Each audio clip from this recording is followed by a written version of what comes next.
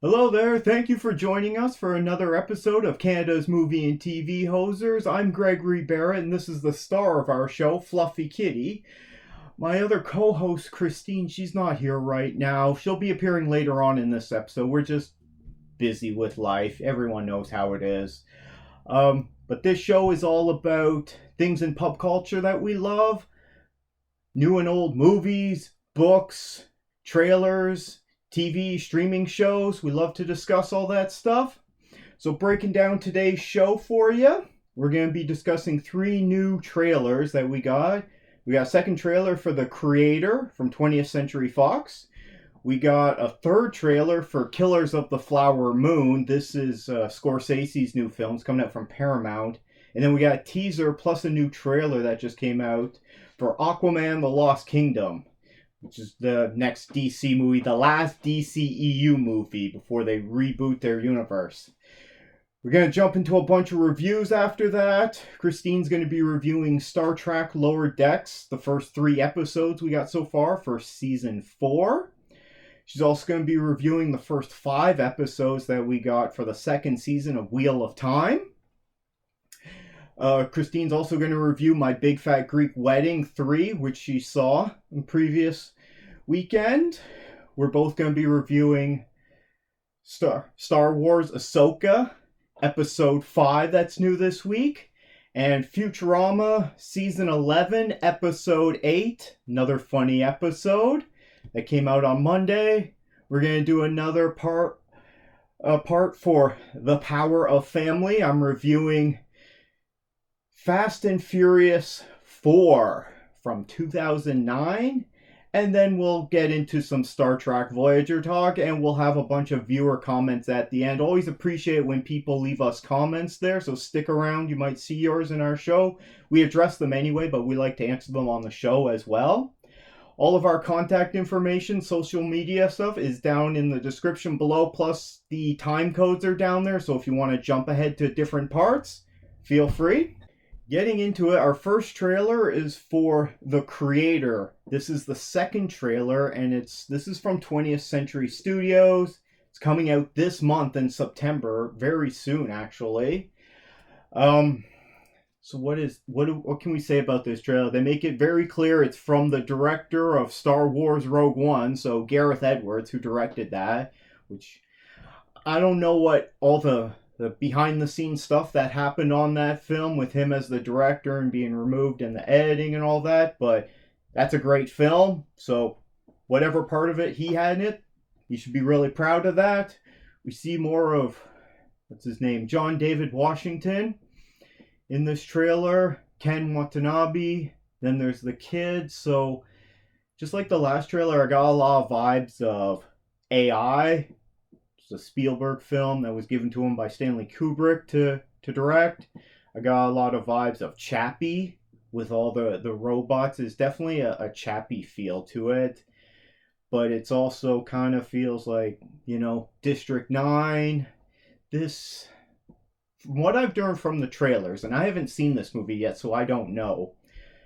What's happening is I'm guessing there's some kind of a war going on between these sentient AI robots and humans, and John David Washington has to go take them out. He's been sent to take out their ultimate weapon, but when he finds it, it's this little kid, and so now he's going to protect it. He's going to protect this kid. And there's some good lines in this trailer about the kid asking about heaven and who's going to go there. And so good stuff there. This looks like a really good science fiction film. It's almost as if it's world building. It's creating like a very in-depth world, like Star Wars or Star Trek or any of the other big space fantasy, science fiction, Alien, Predator, I guess. They have a lot of lore to them. This trailer makes me a lot more excited to go see this movie. I was kind of lukewarm on this, but this new one looks a lot better there. And I'm just gonna look up when it's coming out here. What am I looking up here? The Creator, John David Washington. Oh, Gemma Chan. I knew that. It's coming out It's 2 hours 13 minutes. That's great. That's not bad. It's not great, but it's not bad. When is this? September 29th, right at the end of this month. Yeah, looking forward to this. Now that's got Gemma Chen, I'm looking forward to it even more. Let me know what you think of the creator. Are you looking forward to it? If you've seen it by now, let us know your thoughts. No spoilers at this time, but leave a comment down below, please. It would help us out. And Fluffy Kitty always appreciates it when someone leaves a like for us to help us out. Our next trailer is for, as soon as I can find it, Killers of the Flower Moon. We got trailer number 3. I'm surprised they're putting out so many trailers for this, especially for a Scorsese movie. I mean, Martin Scorsese is one of the all-time greats of Hollywood, great directors. I mean, just off the top of my head, you know, he makes a lot of movies about the mob. So you got Goodfellas, Casino are some of his best movies. The Departed, which won him an Oscar. Well, I think it won Best Picture, but and again, doesn't matter. It's meaningless awards. Those are all about campaigning. What else have we gotten from him? We got The Irishman recently. I did not care for that one. Shutter Island, which I didn't care for either. I think maybe Taxi or Taxi Driver was one of his films, but I'm not that sure. I'm not a huge Martin Scorsese fan. He's got some great hits, but then a lot of his other stuff just doesn't work for me. But this trailer tells us a lot more about what this movie is. It's 1920, middle America, rural America. And so these First Nation tribe, they have oil on their land and they're deciding who gets it. So the returning war hero from the First World War, because the U.S. joined the First World War in 1917. So the returning war hero veteran is Leonardo DiCaprio. He's returning. It's good. He's not injured. I don't know if he's shell-shocked or anything. They don't really talk about that or haven't mentioned that in the trailers. He could have a lot of mental health issues. His uncle wants to marry into this native tribe so that the money can start coming their way because he's a rich business tycoon, it appears. And of course, they just want to steal money from everyone else. But it appears that DiCaprio's character actually falls in love with this woman.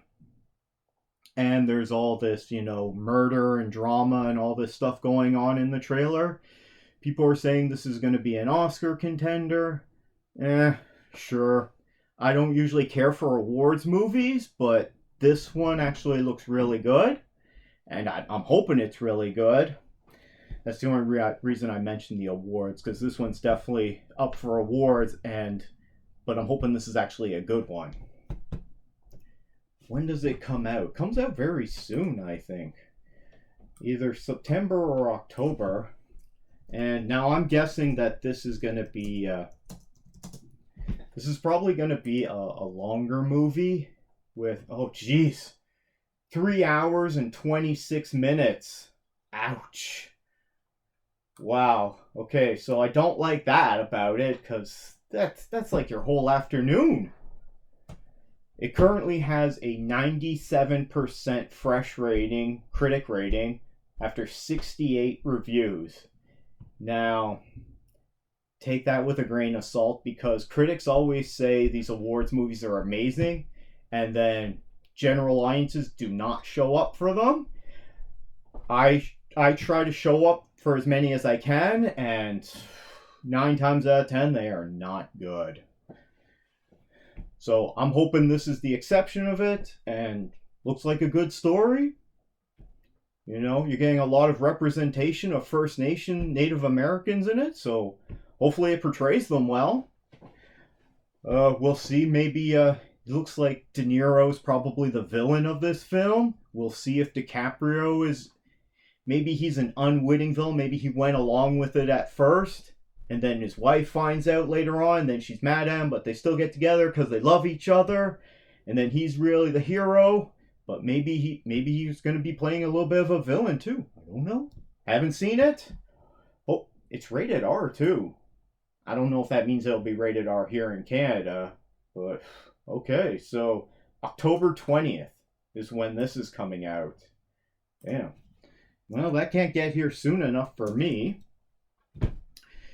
Is anyone else looking forward to Killers of the Flower Moon, the new Martin Scorsese, DiCaprio, and Robert De Niro movie? Are you looking forward to this? Let me know down in the comments below. If anyone gives us a like, Fluffy Kitties really appreciative of that. Our next trailer also came with a teaser for Aquaman and the Lost Kingdom, which is coming out in December on the 20th.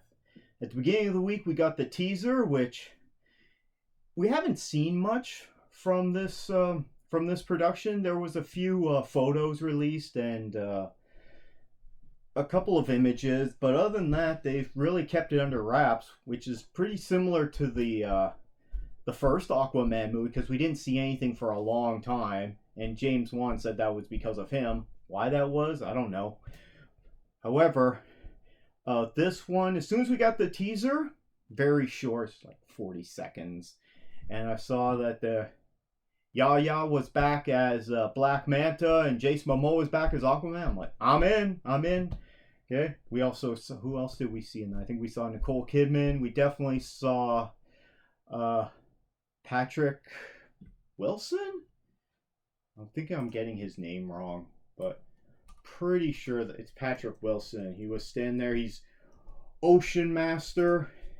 He's back as Orm, Ocean Master, which that was great in the first one there.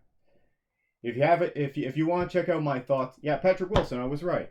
If you want to check out my thoughts on the first Aquaman movie, check out Christine and our segment, the Into the DCEU segment, and there's definitely one on there for Aquaman. I mean, we've done all of them, and we'll be doing a spoiler one for this new movie when it comes out in December. A couple weeks afterwards, we'll be spoiling it for our Into the DCU segment. We got the teaser. We got the teaser, and then 4 days later, we got the trailer, which showed us a lot more. I'm really getting excited about this. The reason why we haven't seen anything till now is because they didn't want to take anything away from the other productions that Warner Bros. Is releasing, because they're just getting rid of all their DCU stuff right now, releasing it all in 1 year so that then they can reboot in a couple of years, maybe more. Depends on what happens with the strikes, I guess, and with the studios. I'm definitely looking forward to this sequel.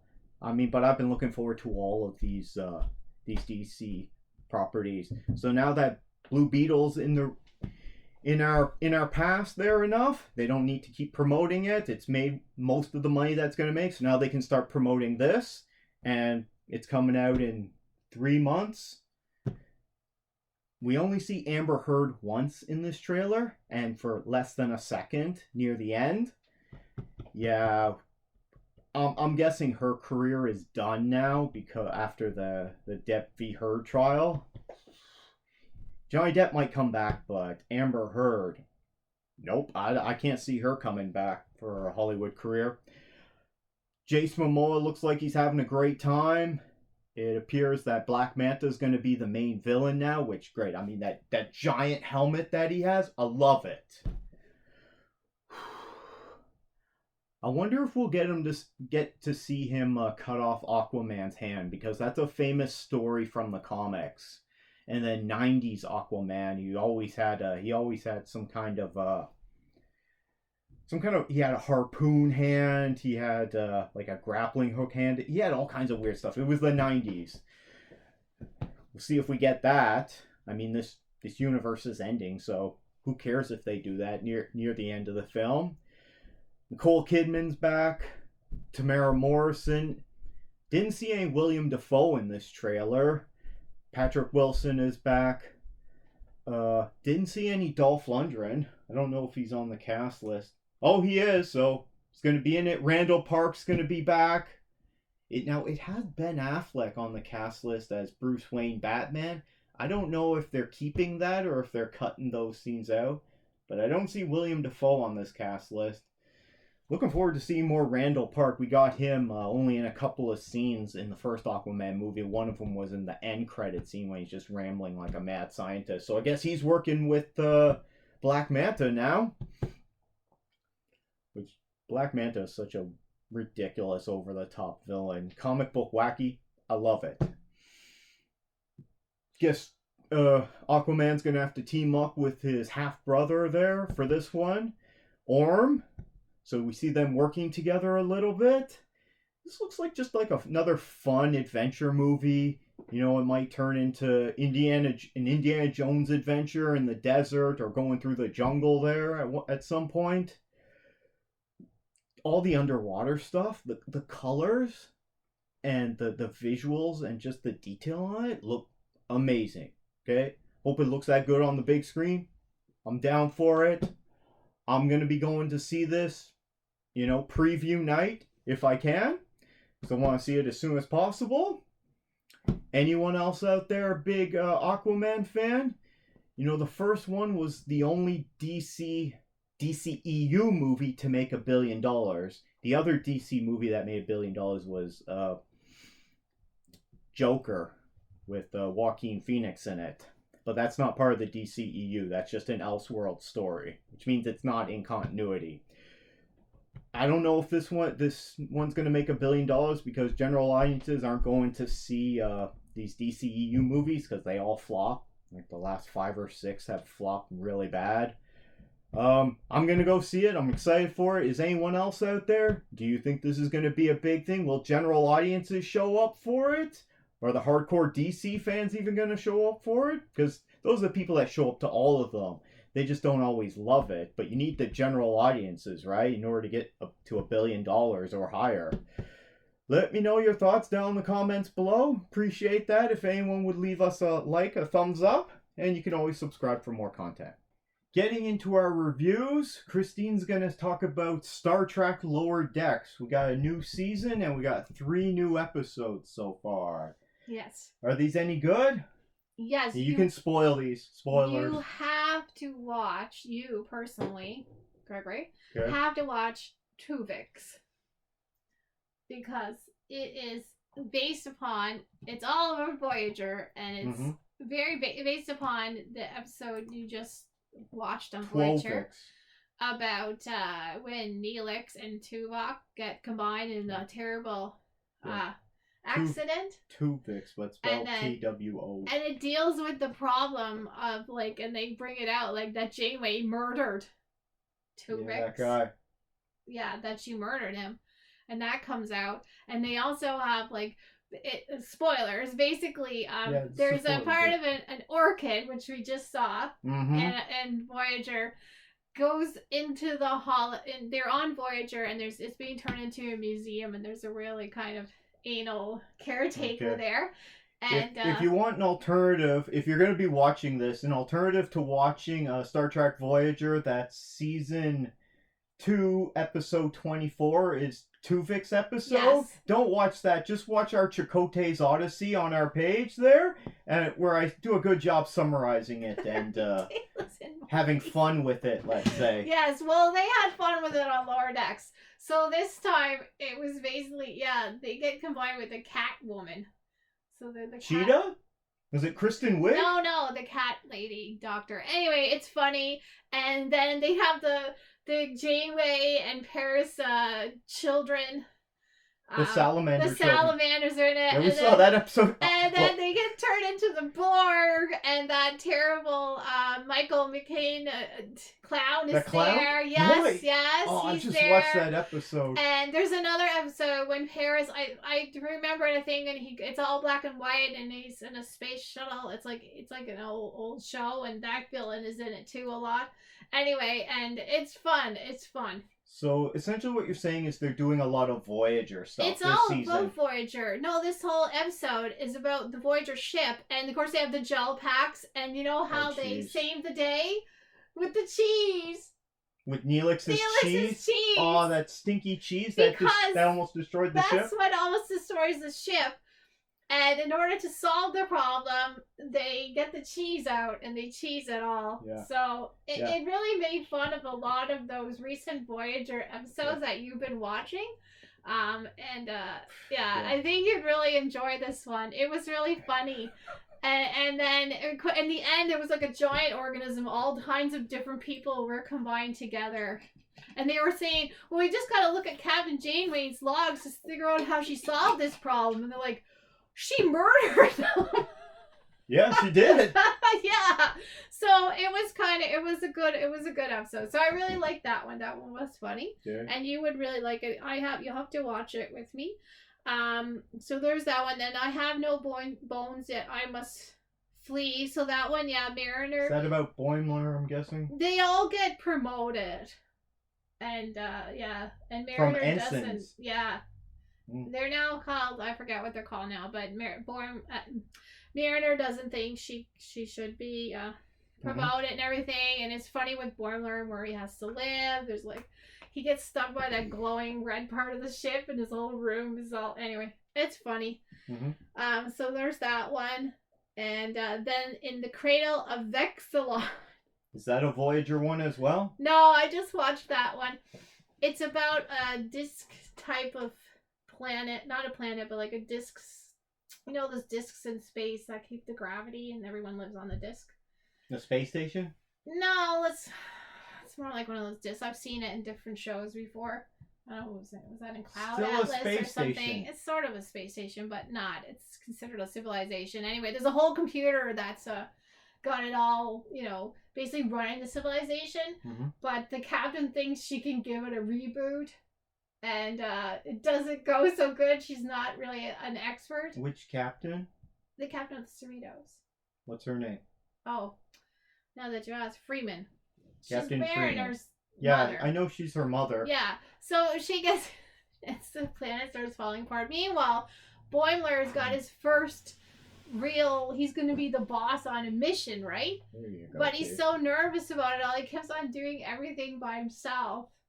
And he keeps on trying. It's something that takes 3 people to do, and he tries to do it himself. He's got his mouth on there, and he's trying to do all this So he's not good at delegating. No, because if they do it wrong, it will blow up. They're like bombs. There's anyway, always something that's gonna blow up one of those Starfleet ships. So spoiler, in the end, Boimler actually dies. He does blow up because this planet is shutting down because the captain screwed up the computer, right? It's got lava going everywhere. Is it the Genesis planet? Well, it turns into a Genesis. It's rebooting, right? And but then anyway, Boimler saves the day, and then he's dead. He comes out like a crisp. But then, of course, the doctor rescues him, saves him, and she doesn't even know how. And then he faints again. She's like, just give him more of that, whatever I just gave him. That seemed to work. So Boimler lives again. All you gotta do is just get some of that Union Sing Khan blood, and apparently you can just inject it in. That's a cure for death. She didn't even know what it was that she gave him, and then he comes back to life. Anyway, it was fun. Okay, so episode 3 is Wrath of Khan references. The first episode is all Voyager. No. What's the second one? The I have no bones yet, I must flee. What's that referencing? No, it's not really. It's just about them getting promoted, and then Brad the other guy doesn't get the cyborg guy doesn't get promoted.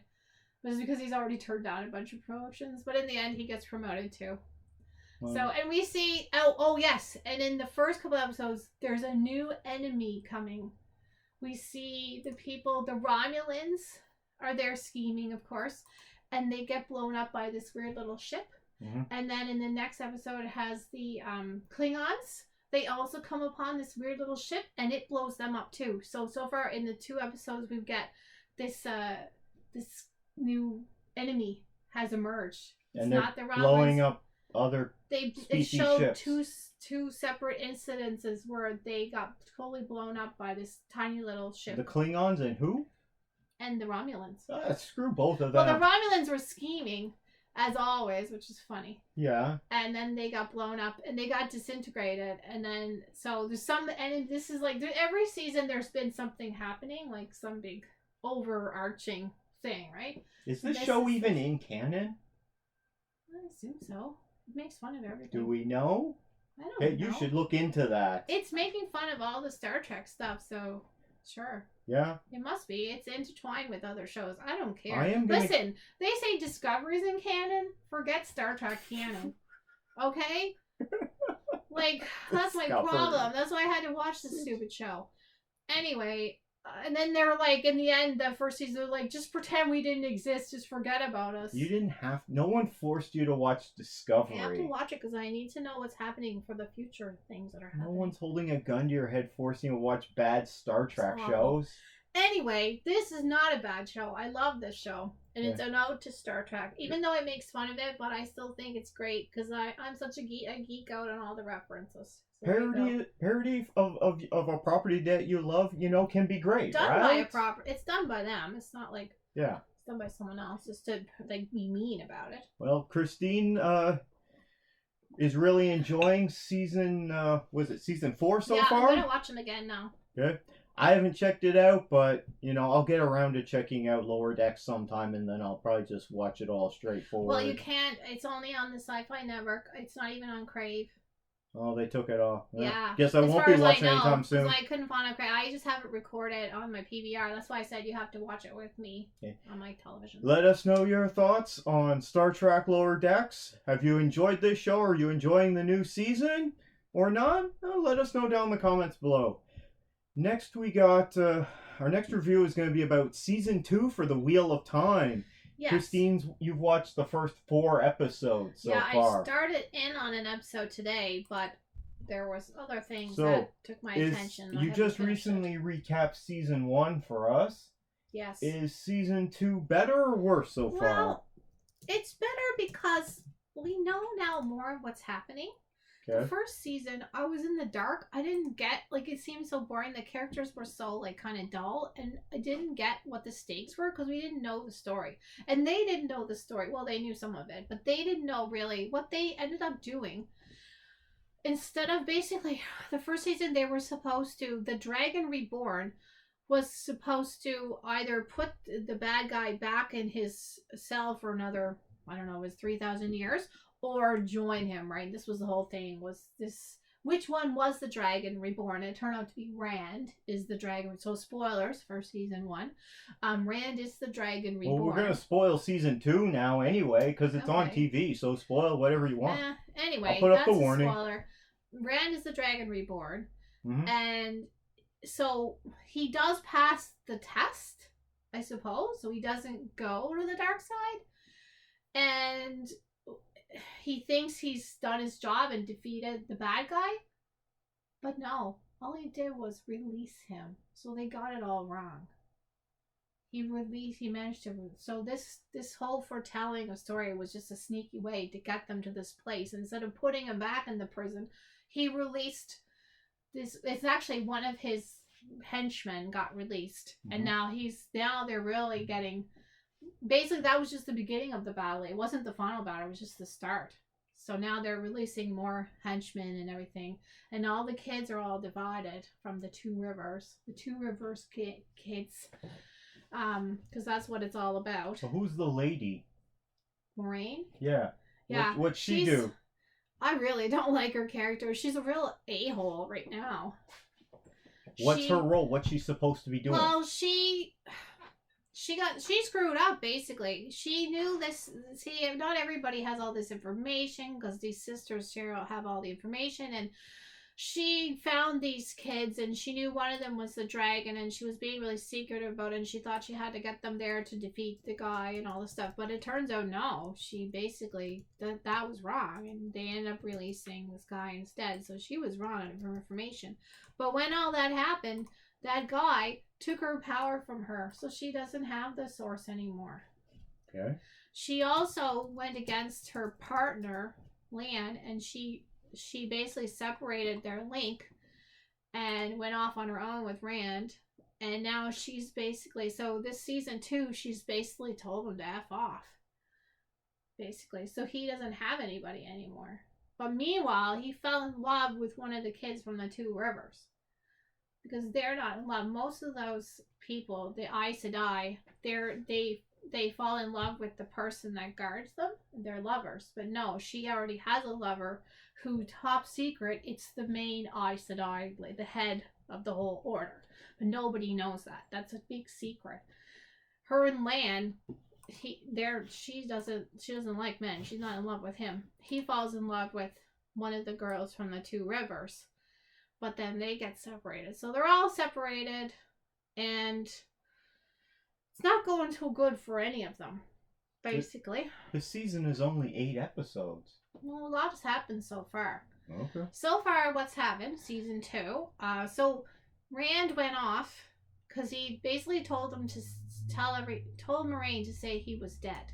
She didn't come. She's not supposed to lie. She didn't say it outright, but she basically said he was gone, and everyone thought he was dead. But he's not dead. She knows that.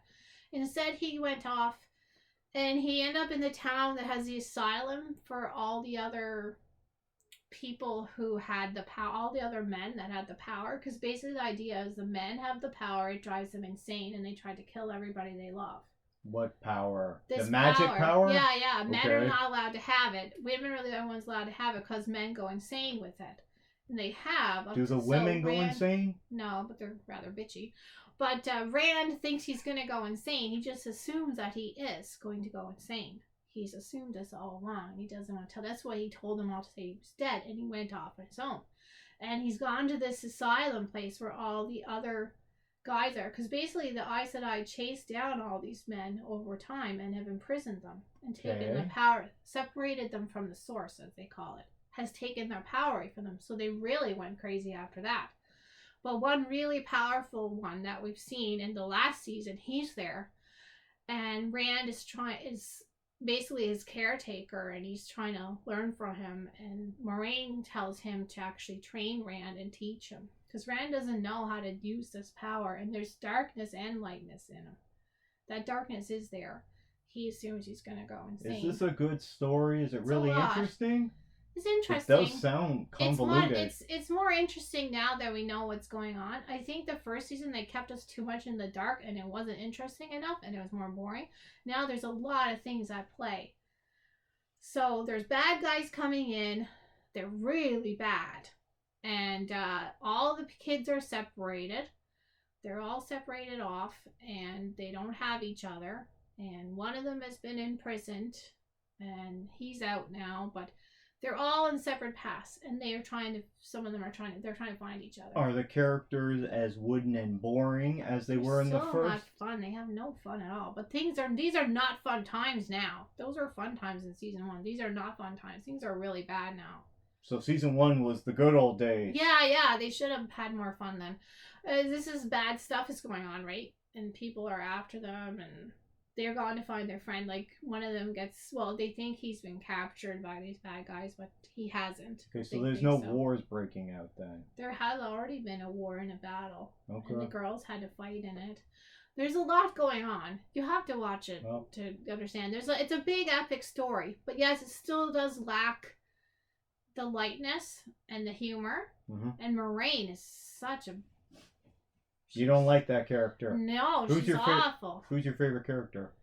I don't know. I don't know. Okay, well, think about it for next time. So because maybe the builder guy that they've kidnapped, he seems to be the most interesting guy. He's called a builder. He seems to be the nicest of them. Okay. They're not very nice. Well, that's episodes 1 to 4. As you finish episode 5, that's out now. We'll get that posted for next episode. And then we'll continue. You're going to keep watching this season, obviously. It's still an epic story. It's just not good. It's lacking levity. This is not winning me over. I'm not watching this. It's lacking humanity. The girls have some humanity, and some of the kids from the Two Rivers have some humanity, and you see some of that, but it's really lacking a lot of that.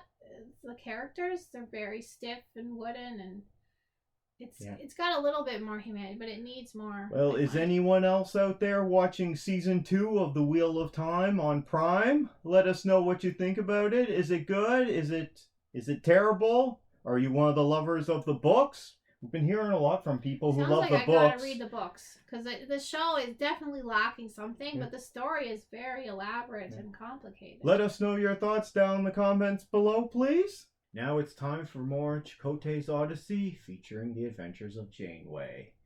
This one was definitely Chakotay and Janeway, and you watched this episode with me. I remembered it, though, from before. Season 2, episode 25 is called Resolutions. I was just too tired to get up. That's why I watched it. Put that on the poster. I'll watch Voyager because I was too tired to move. Janeway and Chakotay go tenting and get up to some naughty business. Well, apparently they were on the planet before the episode starts and they contract some virus. And the episode starts, it's like... That would have been more interesting. You know what? We've done everything we can. Okay, the doctor's like, I just can't solve this. This one's got me stumped. I mean, I could beam Tuvok and Neelix out of each other, but this virus that's infecting you guys... I can't do that. It's a virus. This one stumped me, so you guys gotta stay on this planet. So Janeway orders the crew...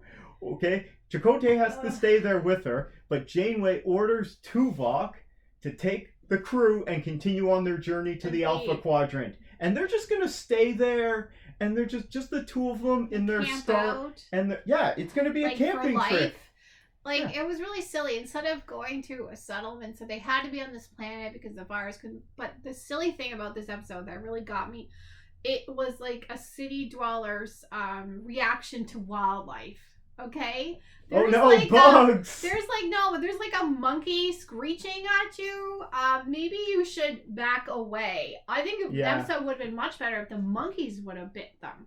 It would have been much more fun. Because monkeys do carry a lot of diseases that are harder to cure. So at one point, Janeway's trying to talk to a capuchin monkey that's there. More than once. Yeah, several times she's trying to talk to it. Again, it's like... Because it understands her. People come here and they start going up to pet the seals. I mean, it's a way to get your face ripped off. Don't approach a wild monkey. I've never been in contact with one because there aren't any in Canada, because climate, right? But... yeah, don't do that, because that's how you get your face clawed off and your eyes popped out.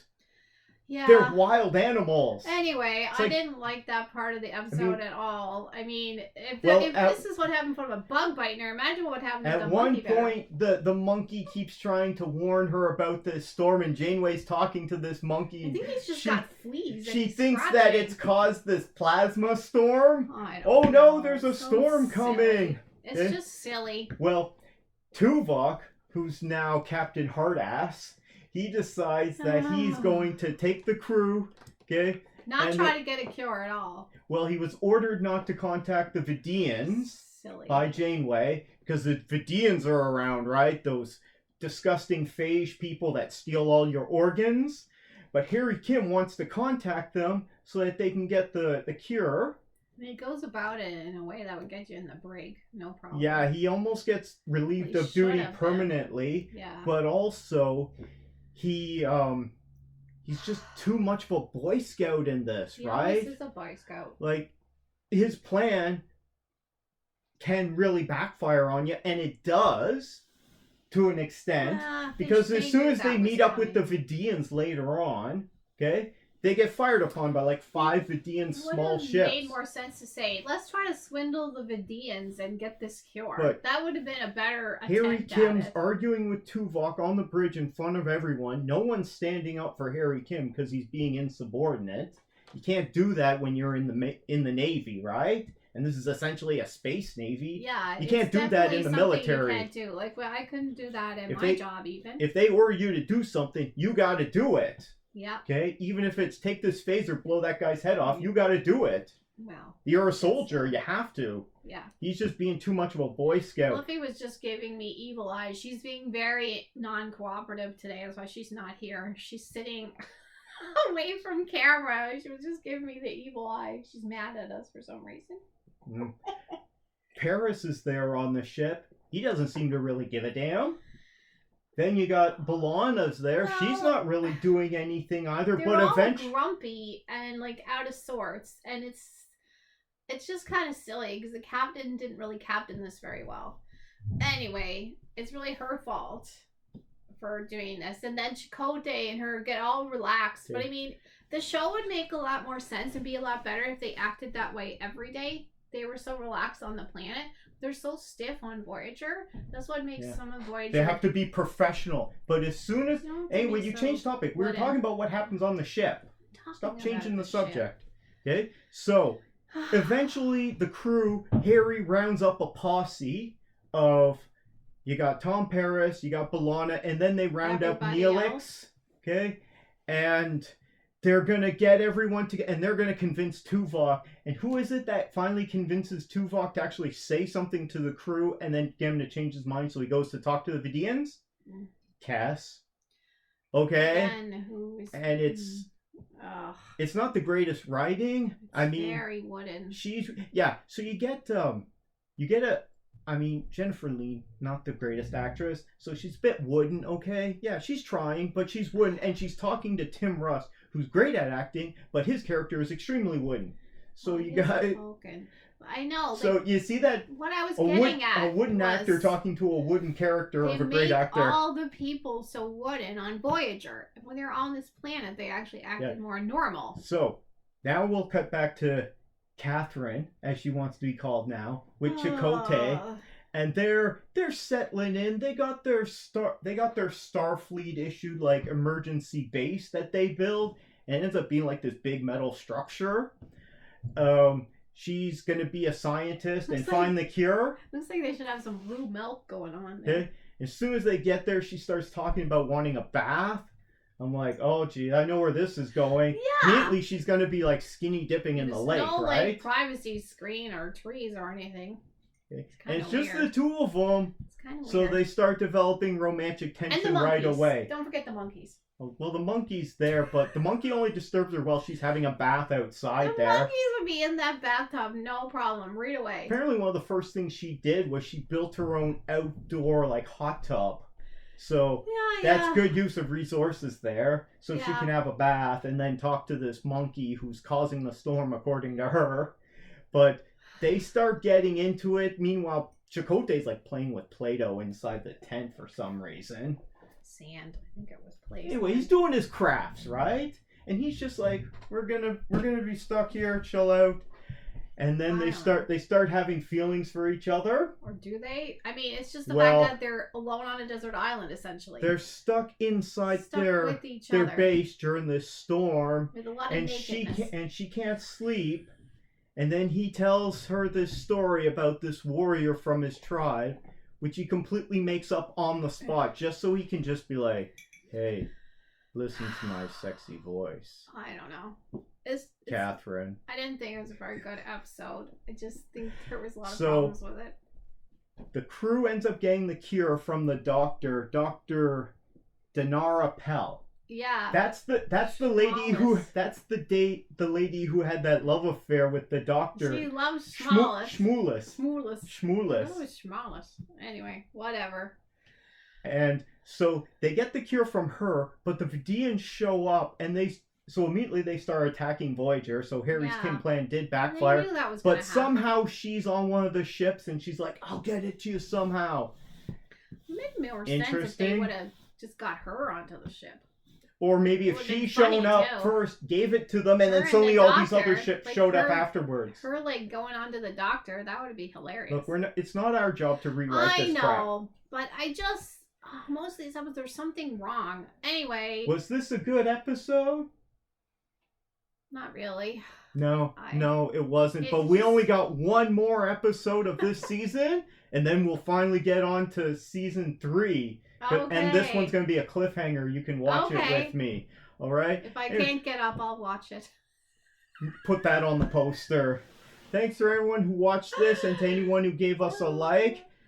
This was another exciting episode of Chakotay's Odyssey, featuring the adventures of Janeway. Now, our next review, Christine is going to discuss My Big Fat Greek Wedding 3, which just came out this past weekend. It's only an hour and 31 minutes. I didn't see this. It currently has a critic score of 29% rotten out and a 72% audience score. Give us your thoughts on this, Christine. Well, I like the first one of these movies. Came out a long time ago. I didn't like the second one as much. I don't really remember much about it, but I didn't like it as much. But this one, it needed someone else to work on it. This was like the first draft almost, is what I felt like. Mm-hmm. It needed someone to come in and polish it up and just put it together better. Is it and the it return? Would have been a better movie. Is it the return of the whole cast? Yeah, everyone that's still kicking. Oh, some are dead? I think so. Yeah. Okay. I'm pretty sure. Well, in the movie, they're dead anyway. And their mom has Alzheimer's. So it's dealing with some nice concepts. But it just needed another right. It just, like... It was just off. There were some funny parts, but it was like a B movie. Like, it really needed someone to go in and polish it up. So the gist of this movie is join the Portokalos family. It's one of those Greek names. I apologize if I mispronounced that. Join the family as they travel to a family reunion in Greece for a heartwarming, hilarious trip full of love, twists, and turns. Opa. So who's getting married? Oh, spoiler. Oh, that's a spoiler? I have to spoil it. Yeah, okay, it's a spoiler. Spoilers. No one's getting married at first. So, spoiler is that the family is invented to the father's hometown. The father's now dead. Both fathers are dead. Okay. And they show their pictures and everything. And she has this journal, and she promised her father that she would bring the journal to his best friends from there, because he never went back, which happened to so many people. They came over, and maybe they got back once. He never got back again to Greece. So the whole family goes back.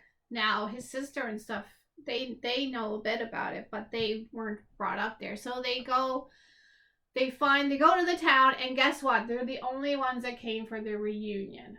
No one else came. Because there's like 6 people that live there apparently. Although it appears like there's more like 20 people that live there. Because the mayor invited them, and it's basically like she's hoping everyone's gonna come, but they're the only ones that come for Even the people that live there don't go? Well, there's only like, they say 6 of them live there officially. There's more like 20 people live there. Where's the rest of them? They all had to move away. And they don't come. There's no business or anything. Yeah. It's this gorgeous place, like in Greece. It's sort of like, well, it's big. It's not as so big. It's Cape rural. Breton is bigger, but it's rural like Greece. There's no work or anything. Everyone's gone. So they can't drive there from Athens. You can, but it's too far out of the way. Nobody lives there anymore. But they don't really go into that much. And one of their citizens is a refugee from Syria. And they do slightly touch on the refugee issue in Greece. All these Syrian refugees are there. And the girl that gets married marries a Greek, and they don't want her to get married because, of course, she's not Greek. So they don't want the boy to marry her. And that was the wedding that happens. But in it, there was lots of, like, interesting things. They find out they have a brother they didn't know existed. Okay, this is supposed to be funny. Is this a funny movie? It's a little bit funny, but it wasn't That's done right. That's not a ringing endorsement. It wasn't done right. I don't think it was done right. It needed someone else to look at it and polish it up. This is labeled as a PG-13 comedy in the U.S. And if you're saying, it's not funny, then this means don't waste your time. It had, like, heartwarming moments, I suppose, but it was just not done right. It's no Mamma Mia, put it that way. I think that was what it was trying to be, something like that. It wasn't.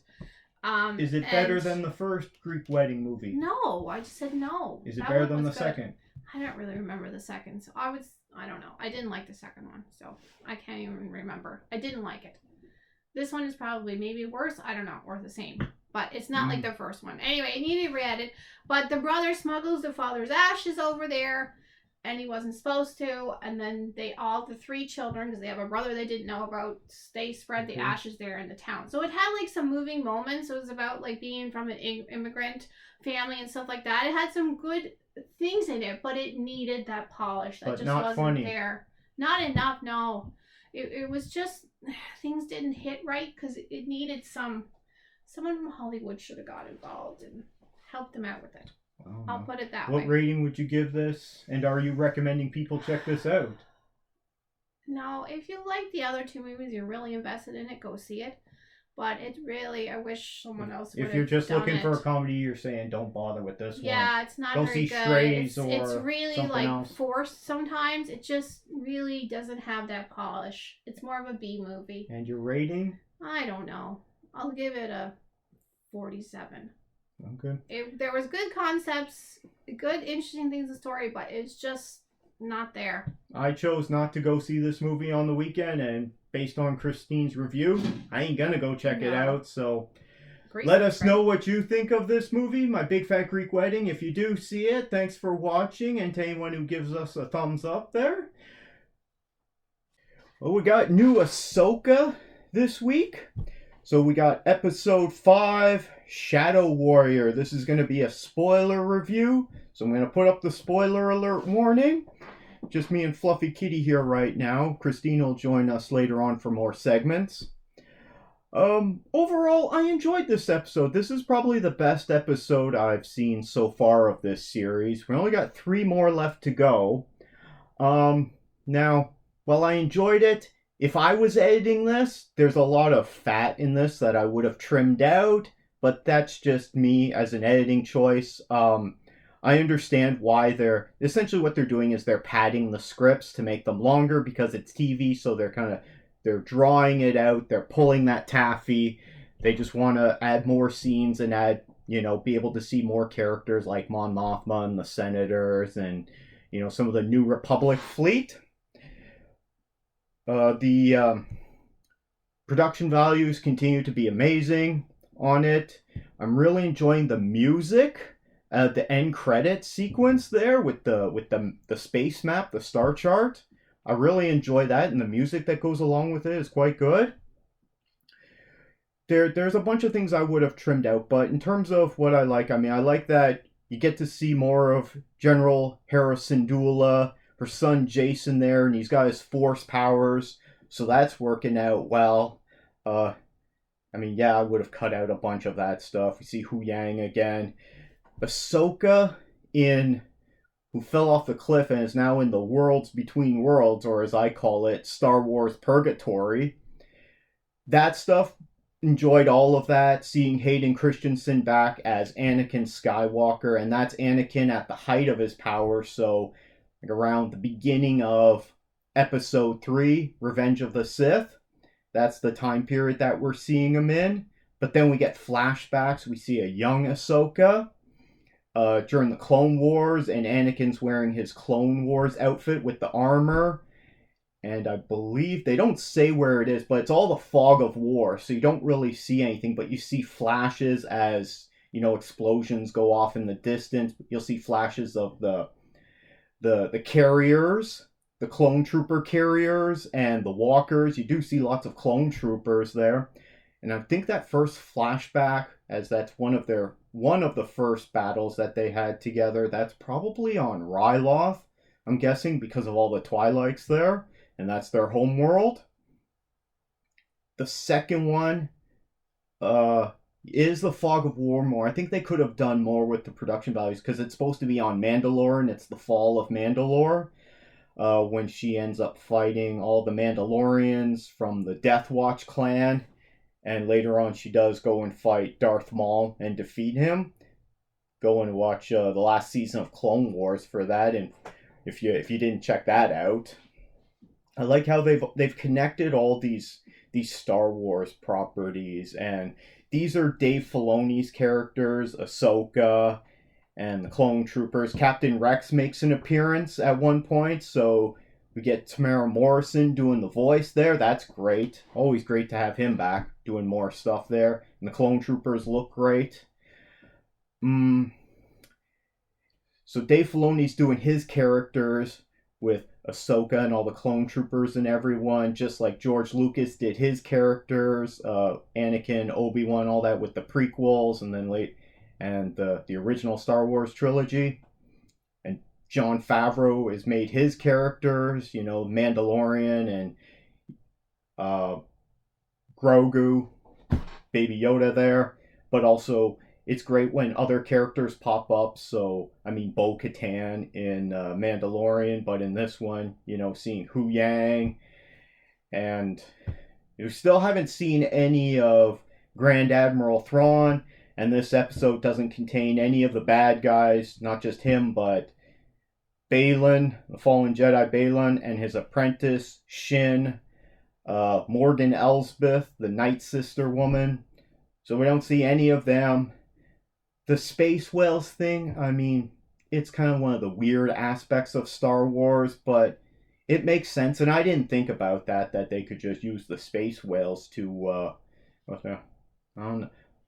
I guess the rest of the fleet can't follow them, but oh well. Ahsoka and Hu Yang are on their way to this other galaxy, so I'm guessing next episode you might get a little bit of they're in hyperspace and they're preparing. It might cut to the other ones. It would have been nice to see all the bad guys with Sabine on the hyperspace ring, maybe them arriving at their destination or just a little glimpse of them at the end.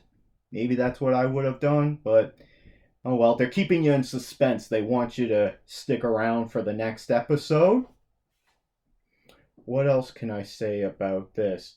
Hayden Christensen as Anakin Skywalker. I mean, they got the hair on him, and then when he's back in the Clone Wars, he's got a different haircut from that series. The flashes of Vader worked really well, and then him using Vader's lightsaber later on. I mean, all the continuity stuff lines up. The first time we see young Ahsoka, this goes back to the Star Wars animated feature film Clone Wars, which if you haven't checked that out, it's on Disney Plus. It's not the greatest, but it's a fun adventure. That's the first appearance of Ahsoka Tano as Anakin Skywalker's Padawan. So that lines up with that, and she's got her original green saber, and then the second time we see young Ahsoka, she's on Mandalore, and she's got her two blue lightsabers and her outfit from the last season of Clone Wars. So the continuity lines up great. Yeah, there was a bit of fat in it that I would have trimmed out, but that's just me. Maybe at the end of this we'll see if, just like with the Obi-Wan Kenobi series, someone ends up cutting it down to like a 2.5-hour movie that works better. I just think that the movies would probably work better for Star Wars right now, considering the state of Star Wars right now, as well as Disney Plus, because not everyone's signing up for Disney Plus, because a lot of these Star Wars and these Marvel shows end up being kind of lackluster. But I am happy we're getting more Star Wars. Just like, Obi-Wan wasn't the greatest, but there was good parts to it. And this one seems to have some good stuff and some bad stuff to it. It can't all be amazing. Still enjoying this show and looking forward to it. I need to stop being so critical of it because, Star Wars is made for kids. I just think that they could do a little bit better with the story writing, and maybe they rushed this. I don't know. Maybe they rushed the pre-production to get it into production, and then, I mean, Star Wars costs a lot of money to make. All these effects and everything, which, I mean, it looks beautiful, but if the script isn't right and you can't rewrite it and do reshoots because it costs too much, you kind of just got to work with what you got. There's a little bit of a failing there. Oh well. Looking forward to the next episode that comes out next week. Anyone have any thoughts on this new Ahsoka Episode 5, Shadow Warrior? I'm predicting that none of the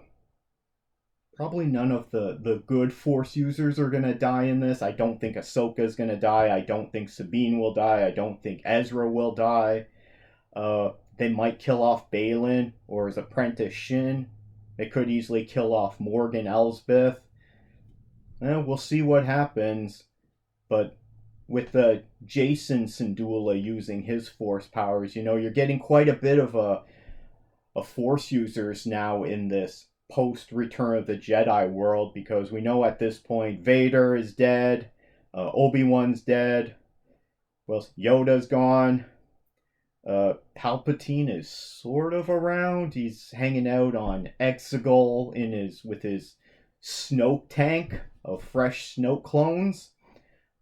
Don't get me started on that. But we got Ahsoka Tano, Sabine, Ezra Bridger, Jason Syndulla, Luke's around somewhere.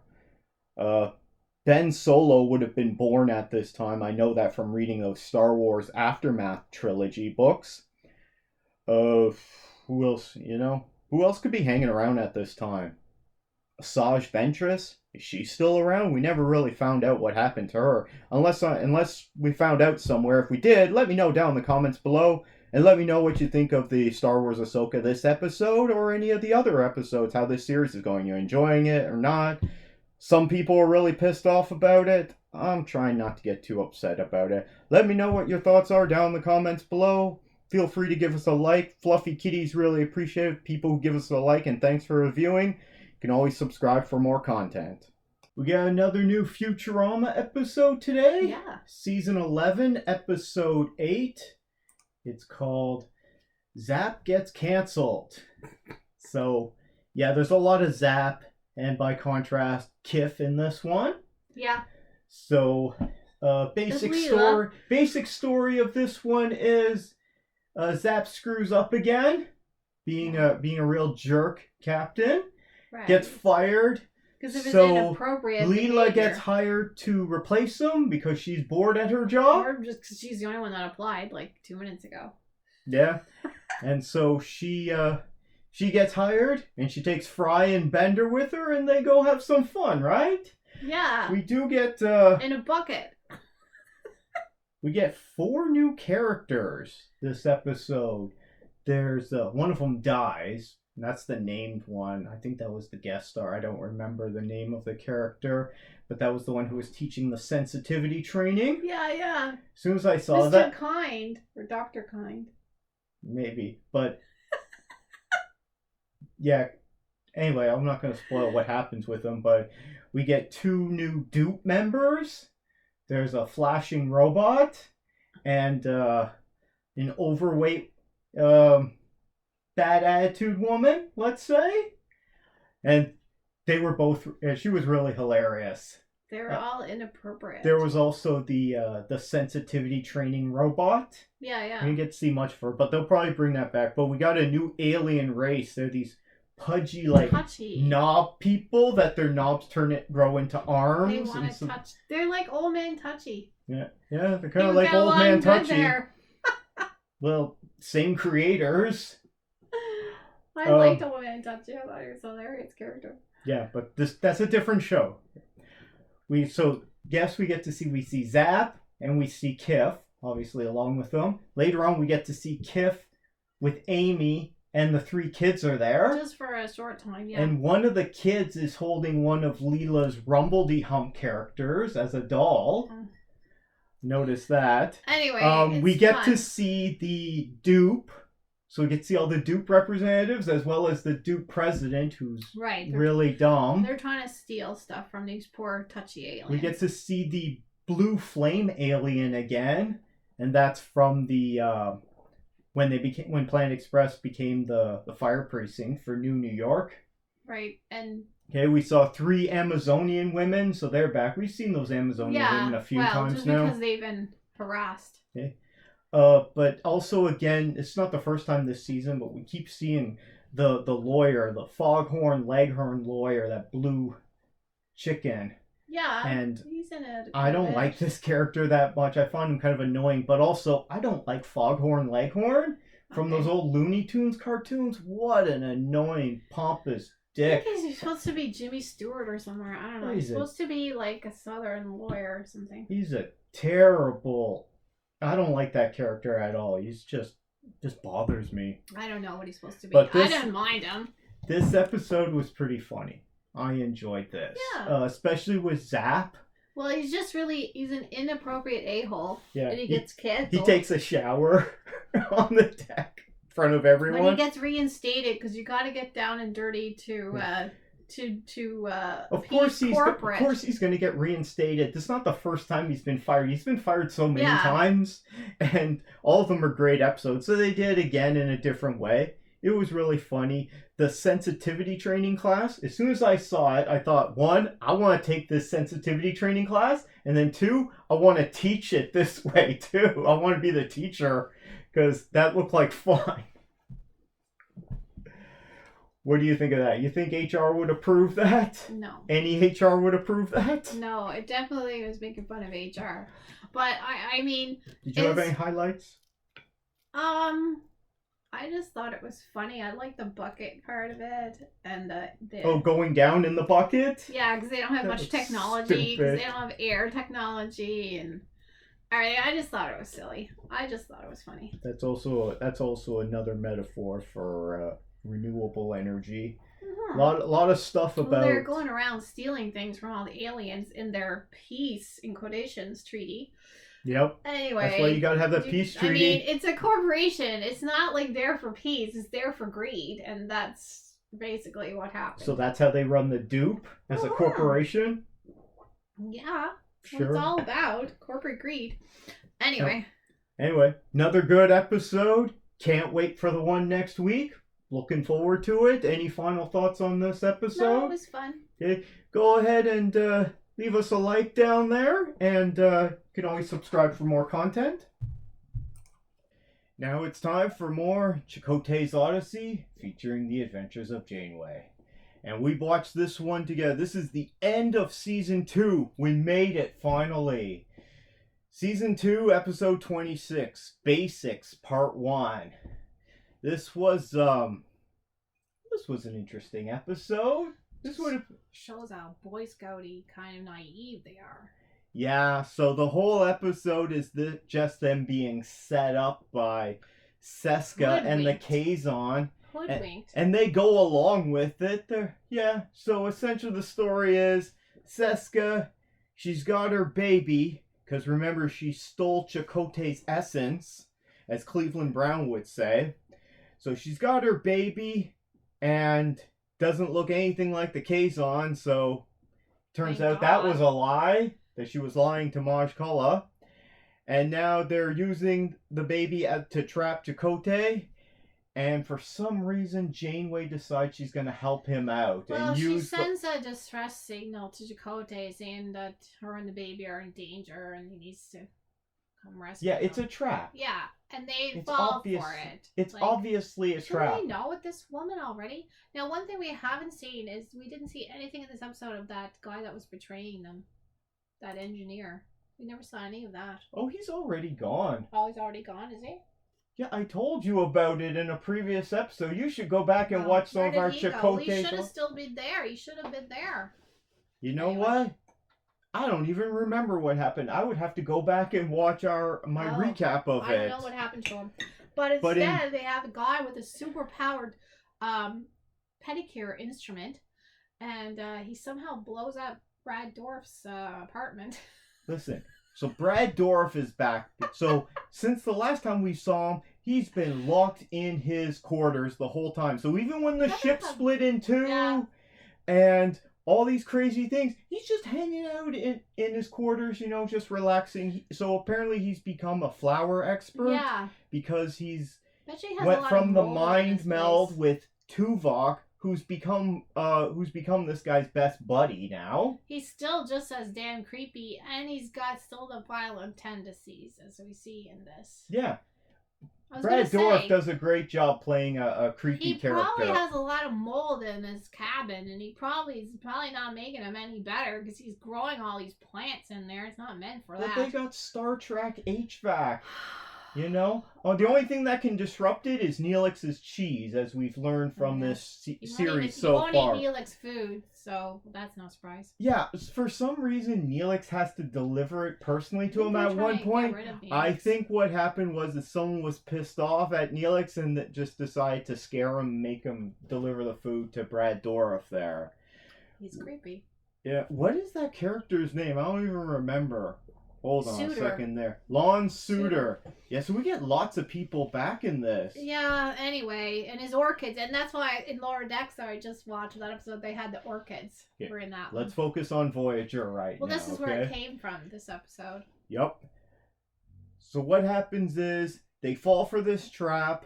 They have to go to Kazon space, where Kazon are loyal to no one. I thought they were heading for the Alpha Quadrant. Why are they near this? Really bad plan about making images of themselves, but all spaceships scan. They know if something is just an image. Yeah, they're just trying to come up with ways to get through things, but they plot this course to the safest course possible to go through this very dangerous sector of space. Because they've really made the in order to get to Seska and Chakotay's, love child there. I mean, they haven't been nice to the Kazon at all, and that whole political terrible problem they have when they took their mortal enemies and then they betrayed. Yeah, I mean, they're so naive. Of course they're naive. They're Starfleet. Well, Starfleet is not supposed to be that naive. Picard was not that naive. God. Anyway, they're pretty naive in this. So essentially, Kazon set a trap and they go right for it. And they take the whole ship, because Janeway commits to helping Chakotay get this child away from Seska and Maj Kula. Why? Well, I don't think the Federation would approve of that on her debriefing report. As they go along. Yeah. You wouldn't risk a whole fleet. That's like, if I'm the captain of a ship, you don't get to take the battleship that I'm commanding to go deal with my own personal stuff. A few people in a shuttle, court-martialed for that. But yeah, it didn't make sense. And then the part, their whole thing about making images of themselves and that they would fall for that, where ships use sensors, they don't even hardly see out windows. They use sensors for all that stuff. That was BS. But on the plus side, the space fighting in this episode was better than in previous episodes. Oh, I thought because remember, it's only 1996, so it's slowly getting better with the visual effects. Flames don't act like that in space. There was a lot of big flames. Anyway, that was silly. And also was silly that they send Tom Paris in a shuttle to go get the Neelix's people. Where all they had to do was send them a message. Why did he have to go in a shuttle? The Talaxians. Could he not just send them a message? Tom Paris tries to escape in a shuttle, and he gets blown up. I think he's probably just dead in space somewhere. He's not dead. So he's going to the Talaxians, the mining guild, because they got all the ships, I guess. Could they not have just sent them a message? It's like, here, if I wanted to talk to somebody in town, I would pick up the phone and talk to them. You don't know if the Kazon are jamming their transmissions. Oh, it's silly. Okay, I'm sure they got good jammers. Tom Paris is out. He's not there. Everyone is captured except for the Doctor, Mr. Suiter, and Tom Paris. Yeah, but Tom Paris is on the shuttle. Well, he's not captured. So all Janeway and the whole crew get captured very easily, and then they're getting marooned on what appears to be Mustafar from Star Wars universe, half California. But then when they get there, it doesn't look like that planet at all. It looks like California. There's this desert valley, I don't know the name of it, where they shoot a lot of Star Trek stuff. Yeah, those weird It looks rocks. exactly like that. So it's scrubland, but it's nowhere near volcanic ash and lava everywhere. But before that, so this really weird thing happens with this guy pulling this little tiny wand out of his toenail, and then he injects it in himself, and drugs. Then he blows up the wall. I don't know what that was all about. As part of this trap, they put a Kazon in danger, and he's on a shuttle, and they rescue him. He's like dead a in space. Suicide bomber?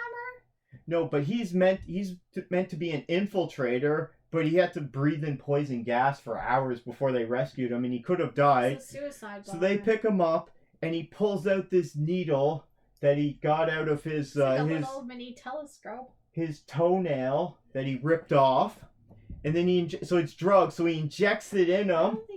And then he hulks out and then blows up. And then he blows up all Brad Dourif's orchids, and that made him mad. I'm sure he's mad now. Those orchids got killed. So the Kazon take Voyager, maroon the crew, but Brad Dourif is there. He kind of had a heads up, so he hid in the vent. And he's a psychopath. He is, so that's good. So really, they could just do the next episode as like a 1-hour horror with just him taking them out one at a time. Yeah. He's haunting the ship, as you said. I know. He's a real bad killer. I'm now reading going back to the Stephen first, King going back to the killer first in it. Alien movie, you know, giant ship, and this one guy's just crawling around the Jeffries tubes and maintenance ducts, killing them mercilessly. You don't want this guy to turn off the lights, and it gets really creepy.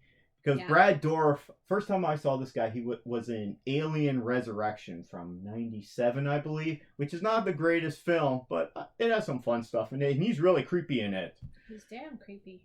Yes, he's really. That's why he's in a lot of scary stuff. Yes.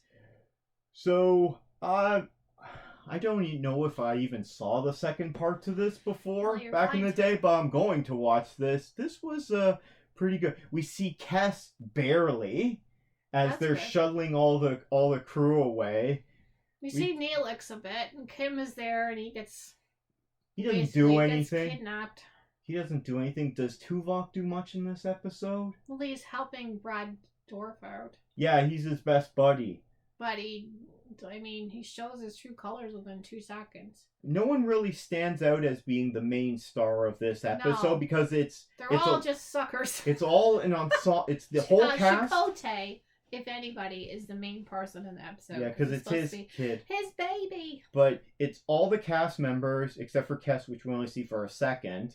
And then these guest stars. And his dad, who doesn't look like he would be his dad. Oh, yeah, his dad. What'd you say he looked like? He doesn't look Native American at all. He looked like he was Greek or Italian or something. Yeah, I don't know. Maybe the guy was a Native guy. He didn't look like one. Whoever they cast as Chakotay's dad in his vision, because we get another boring vision quest in this one. Doesn't last too long, but he's talking to his dad. Guy looks like he's, straight out of like northern Italy or something. Something like that. Yeah, he doesn't. Anyway, maybe he's a native guy and he just doesn't look very native. Anyway. Maybe he is. I don't know. Could be Métis, but he didn't look like he was Native American at all. He does look like Chakotay. Anyway, he goes to see his dad because this is his son, and for some reason Chakotay wasn't thinking he should care about this son at first. And then his father tells him he should care about the kid. Well, I would hope so. Then he cares so much that he puts the whole ship in danger, and now they're all kidnapped. So he cares a lot now. So we will see what happens in the next episode. Stay tuned for more Chakotay's Odyssey, featuring the adventures of Janeway with Seska. Wrapping up today's show, because Fluffy Kitty's really tired. Did you move those off there? Yes, we had a workman here today in the house, and she was very disrupted. Hey. Our contact information, social media information is down in the description below. But before we leave, I got some good comments that people were nice enough to share with us. Thank you. So we've actually been getting a bunch of stuff. We've gotten more viewers now. Oh, thank you guys. Thanks for watching. Still hardly anything, but let's see. So I appreciate every one of you watching our show. Thank you so much. I do too. I mean, we're trying to get more subscribers and everything, but apparently, YouTube doesn't promote us, and there's so many people no one's watching. In fact, people are more likely to give us a thumbs down than a thumbs up, which means we really suck at this. I didn't go to journalism school. I'm sorry. Okay, we're new to this. I have a science degree. This is not our profession. Yeah, we both come from a science background. Now, got a comment from Patrick-KX4BX on your Wheel of Time Season 1 recap. He sent a nice message saying, I'm a book reader who is enjoying the show adaptation. For me, Season 1 was okay, but Season 2 is a noticeable improvement. Season 1 had some dry humor, but I agree that there weren't a lot of laugh-out-loud moments. I think there's more humor in Season 2, but it may not be to everyone's liking. I look forward to seeing your reaction to Season 2. Thank you for the comment. Yeah, well, I'm enjoying the story and what's happening and how they really screwed up. Now, people don't really even realize what's going on. Most people don't know, but Moraine has screwed up, basically, as what happened. But I'm enjoying the story. Yeah, I wish there was... I don't see much humor in Season 2 much at all. It's very dark. But I still enjoy it. Still liking it. Excellent. It's better than Secret Invasion. Got a bunch of comments from Matt Stormer. And this was on my review of Star Wars Thrawn Alliances, that book report that I did. Oh, yes. I was actually thinking about giving up doing these book reviews on our show, because not a lot of people are watching them. And if people aren't watching them, then I'm going to still continue to read them because I want to learn more about the Star Wars canon and their mythology, the lore. But Matt sent a nice message saying, what did he say? He said, "Great review, guys. Also, the cat is cute AF." Thank you very much there. Fluffy Kitty loves those comments. He is pretty cute. And I thanked him for that. And I think he inspired me to continue doing these. So, yeah, I'll keep doing them. You have to read the books. I'm still going to read them, but I'll keep doing them. As long as people watch them, you know, if you leave comments or give us a like on those comments, then I'll keep doing them. Otherwise, if no one's going to watch them, there's no point in me doing them. I'm back to Stephen King. I finished all the Peter Granger books about the detective D.C. Smith. I read all of them. I did enjoy them. And now I'm back. I'm on the second book after Mr. Mercedes. There's a trilogy there, so I'm reading those ones. I got another message from Cliff Coulter 9161. He sent a bunch of stuff about Star Wars Ahsoka or spoiler reviews. Yeah. He sent a new one. He said, "Is it sad that this is a new comment from him. He said, "Is it sad that I find watching Fluffy Kitty more than watching Ahsoka?" I guess it means he enjoys it more. Yeah. "I have given up on the Star Wars universe. It has now become, you remember all these nothing side characters? Well, we are all going to throw them all at you." Yeah, it's a bit weird. "You would think that going to another galaxy would open a whole new world of storytelling, but we get this regurgitated parade of characters. Ahsoka was their last chance. Disney gets a big fail. I am done." Yeah, it's a bummer when you got a property that you love and you don't get to, and they're coming out with stuff that you don't enjoy. Yeah. Now, I mean, I'm going to disagree with you on some of your points, though.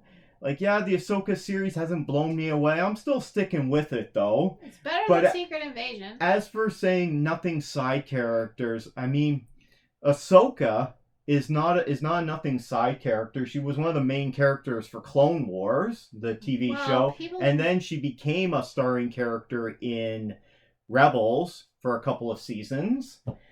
So this is Dave Filoni's character, and so he's making his characters be at the front and center. I mean, he's not going to focus on Luke or Han or Leia that are around at this time. Their story's already been done. Well, she hasn't been in the movies, and it's too bad too, because she is a great character. But I'm not keen on how they're portraying her in this. Yeah, with her stereotypical arm cross. Like her enthusiasm and just her personality. I don't seeing it. Okay. Are you giving up on the show just like Cliff is? I'll continue watching it, but I'm not very impressed so far. But I still think it's better than Secret Invasion. Okay. Yeah, it is better than Secret Invasion so far. Disney's come out with some stuff that didn't work so well, but they've also come out with some really good Star Wars stuff too. I mean, under them, Force Awakens was a big hit, although it's kind of just a nothing kind of movie. Nothing new happens, but it made a lot of money. It was a big success, and everyone loved it, especially at the time. Star Wars Andor is great. What else we got? Rogue One is great. Solo lost money, but after revisiting it, I had a fun time with Solo. I'd say that's in the positive column for them. I enjoy Last Jedi, but I know that's a divisive film. A lot of people don't. And Rise of Skywalker, for me, that's probably my least liked Star Wars film, and, you know, that's why I don't watch it. So if you're not enjoying Ahsoka, yeah, don't do what Christine does and hate watch things. I don't. Just don't watch it if you're not enjoying it. I didn't like the prequels, but I like the other movies. Anyway, thank you for your continued comments there, Cliff. We appreciate that. What else did we get? Oh God. Did he send more messages to me? Probably. I might have to get back to him on that. He's being bad. Yeah, I think she's done. She's been sitting there for a long time. So, thank you for anyone who checked out our show. We really appreciate that. Feel free to leave a comment. A thumbs up would always help us out, and maybe I'll get Fluffy Kitty to stop being in such a bad mood. She wants to eat my phone. Take care, everyone. Bye.